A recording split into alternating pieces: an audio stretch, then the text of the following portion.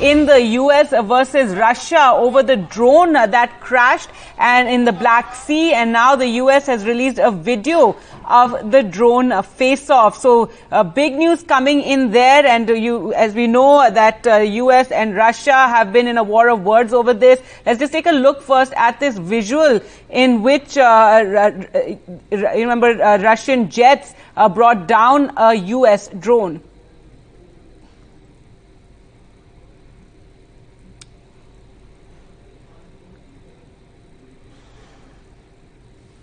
Right, let's go across to Maha for more on this. And Maha, this was, it was a huge story, and it's still a huge story. And, everyone was on tenterhooks wondering what the reaction would be to this Russian plane jets bringing down a US drone over the Black Sea. And now this visual has been released.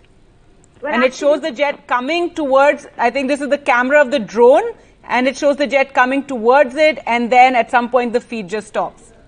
Yes, absolutely. And this was a major cause of concern also because this is a situation, an active situation, where a war is currently underway in Ukraine.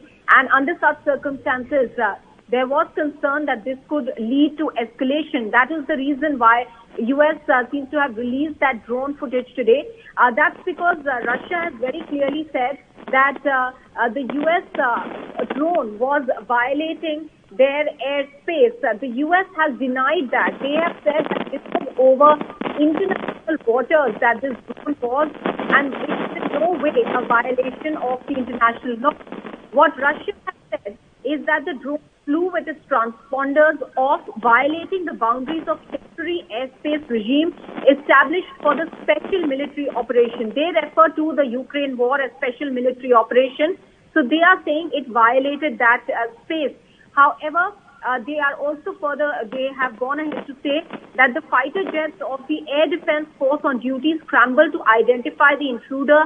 As a result of their quick maneuvering, the MQ-9 drone, which is the US drone, went into an unguided flight with a loss of altitude and collided with the water surface. All right. Thanks so much, Maha, for